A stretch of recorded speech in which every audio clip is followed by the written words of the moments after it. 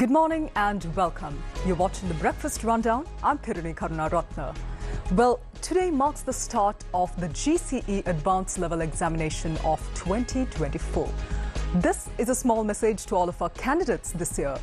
You're certainly facing a very important milestone of your life, and as you face this important milestone, do face it with a clear and focused mind, focusing on this important moment of your life. And we at Newsfirst wish you all the strength, courage and success as you face the 2024 GCE Advanced Level Examination confidently. Well, with that, let's move on to your top story for this morning. The 2024 GCE Advanced Level Examination begins today across 2,312 examination centres established across the island. A total of 333,185 candidates will be facing the 2024 GCE Advanced Level Examination. The Department of Examinations informs all candidates to call the telephone numbers 117 or 1911 if assistance is required due to any disaster situation arising as a result of the prevailing heavy rains and inclement weather. Now, a coordinated plan involving the Disaster Management Centre together with the Tri-Forces is in place to ensure that the examination is conducted smoothly. Let's move on to a few reminders before the start of the GCE Advanced Level Examination. Now, what are the types of documents accepted to confirm the identity of the candidate?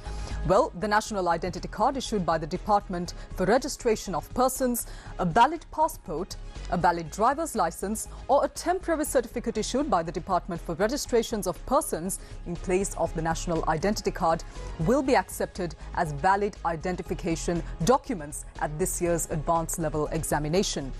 The Commissioner General of Elections, Amit Jayasundara, says that the examination will begin at 8:30 a.m. for morning sessions and at 1 p.m. for afternoon sessions. On Friday, afternoon sessions of the examination will commence at 2 p.m. All candidates are advised to arrive early to the examination centre. Invigilators are instructed to get the candidates seated 30 minutes before the examination begins. Now, what items are prohibited from being brought into the examination hall? Commissioner General of Examinations, Amit Jayasundara, says that carrying mobile phones, Bluetooth devices or any other device used for communication is strictly prohibited to be brought into the examination halls for the 2024 GCE Advanced Level Examination. Wearing smartwatches or similar devices is also completely prohibited. The violation of these rules will result in the candidates being handed a 5-year examination ban. However, the use of calculators has been permitted for a few specific subjects. Now, another headline-making story over the past few days has been the inclement weather conditions being experienced by various provinces and districts across the island. Let's move on to your weather update for this morning. The Met Department says a low-pressure area over the southwest Bay of Bengal is likely to intensify into a depression over the central southwest Bay of Bengal by today morning. The system was located about 500 kilometers southeast of Batticaloa at around 2:30 this morning. The system is expected to further develop and move closer to the east coast of the island. Cloudy skies are expected over most parts of the island due to the influence of this system. Showers or thunder showers will occur at times in the northern, north-central, eastern, central and Uba provinces and in the Hambantota district as well. Showers or thunder showers will occur at several places elsewhere over the island during the evening or night. Showers or thunder showers may occur over the coastal areas of the western and northwestern provinces during the morning hours as well. Very heavy showers above 150 millimeters are likely at some places in the eastern province. Heavy showers above 100 millimeters are likely at some places in the northern, north-central, central and Uba provinces and in the Hambantota district. Fairly strong winds of about 35 to 45 kilometers per hour can be expected at times over the northern, north-central and eastern provinces and in the Hambantota district. And as always, the Met Department requests the general public to take adequate precautions to minimize damages caused by temporary localized strong winds and lightning during thunder showers. Well, let's now take a look at some of the incidents related to this inclement weather condition being experienced by Sri Lanka. Now, the Cook Madua Road in Baligama was obstructed due to the falling of a mound of earth yesterday evening. The road was cleared out by the Disaster Management Centre of the Mathura district. Now, meanwhile, 3 sluice gates of the Muruthavela reservoir have also been opened. The water is being released into the Urubukha Oya.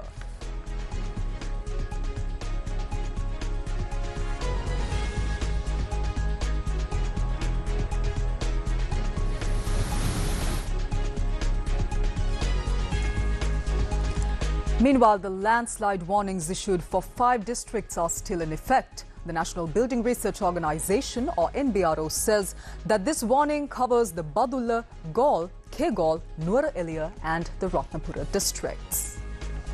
Let's move on to more local news for this morning. The 3-day workshop series for parliamentarians of the 10th Parliament of Sri Lanka begins today. Parliamentary General Secretary Kushani Rohanadira says that the workshop is scheduled to be conducted from 9:30 a.m. to 4:30 p.m. on all 3 days. A group including the Prime Minister Dr. Harini Amarasuriya, Speaker Dr. Ashoka Ranwala and the Parliament's General Secretary are set to attend the inauguration of this series of workshops. Now, during the workshop spanning over 3 days, MPs will be made aware of their responsibilities as the people's representatives in the Parliament, parliamentary privileges, the lawmaking process within the Parliament, the procedures concerning parliamentary committees, standing orders of the Parliament and provisions of the Constitution of Sri Lanka, among the other topics that will be covered. Now, a practical session will ensure that MPs are aware of how to cast their votes using the electronic vote casting system, which is in the Parliament of Sri Lanka. MPs will also be informed about the laws and procedures related to the establishment of the Commission to investigate allegations of bribery or corruption through the Bribery Act, as well as responsibilities of the Ministry of Public Security and Parliamentary Affairs. Now, the Welfare Benefits Board has decided to grant an additional period of time for individuals to submit their applications for the Asvasuma Social Welfare Programme. This grace period will be in effect until the 2nd of December 2024. Applicants should hand over their applications to the relevant divisional secretariat within this time frame that has been granted. The application form can be obtained from the divisional secretariat itself or downloaded from the official website of the Welfare Benefits Board. The board also says that the opportunity will be provided for grievances to be submitted by individuals who believe they were unfairly not selected during the selection of beneficiaries under the first phase of the Asvasuma Welfare Programme. The time period to submit appeals and grievances will conclude on the 15th of December 2024. Now, around 1.7 million individuals are expected to benefit from the first phase of the Asvasuma Programme. Over the past few days, we covered the issue of South Korean visas and the E8 visa problem. These days, a protest our Satyagraha campaign is being staged opposite the Sri Lanka Bureau of Foreign Employment. This is the latest development concerning this story. Now, the Foreign Employment Bureau says that the E8 visa agreements received from various parties are to be handed over to the Attorney General's Department today to confirm their validity. The Additional General Manager of the Bureau, Gamini Senaratyapa, says that the E8 visa is a short-term system that allows people to go to South Korea for jobs in the agriculture and fisheries sectors for a period of up to 8 months, which is a very short time period compared to the E9 visa system, which grants people a period of up to 5 years of employment in South Korea. Meanwhile, a group of people who got short-term job opportunities in South Korea, however, did not get the opportunity to go to South Korea, are continuing their protest today as well. The Satyagraha campaign, called the E8 Visa Ekamutua, is being staged opposite the Foreign Employment Bureau of Sri Lanka for the 3rd day today. 107 individuals have lost the opportunity to go to South Korea due to the non-registration at the Sri Lanka Bureau of Foreign Employment. Shifting your attention to news overseas for this morning, Israel struck Hezbollah's South Beirut stronghold on Sunday as Lebanese state media reported intense fighting in the border area, and Israel's military said around 250 projectiles were fired at its territory. The heavy exchanges of fire came despite an immediate Israel-Hezbollah ceasefire call from top EU diplomat Joseph Borrell while on a visit to Lebanon on Sunday. The Israeli military said Iran-backed Hezbollah fired around 250 projectiles into Israel during the day, one of the war's highest daily figures. On the 24th of September, there were 350 launches from Lebanon. This is according to the military. That was the day after Israel escalated airstrikes against Hezbollah, helping to transform nearly a year of limited clashes, which were initiated by the Lebanese group in solidarity with its Palestinian ally Hamas, into a full-blown war. Foreign media reported how some rockets fired on Sunday were intercepted by Israeli air defenses, but others caused damage to houses in central Israel. On to more international news now. Pakistani authorities say they have negotiated a 7-day ceasefire after more than 80 people were killed in renewed sectarian violence in the northwest of the country. Another 156 are said to have been wounded in 3 days of fighting in the tribal district of Kuram near the Afghan border. The violence began on Thursday when gunmen attacked convoys of Shia Muslims travelling through the area under police escort.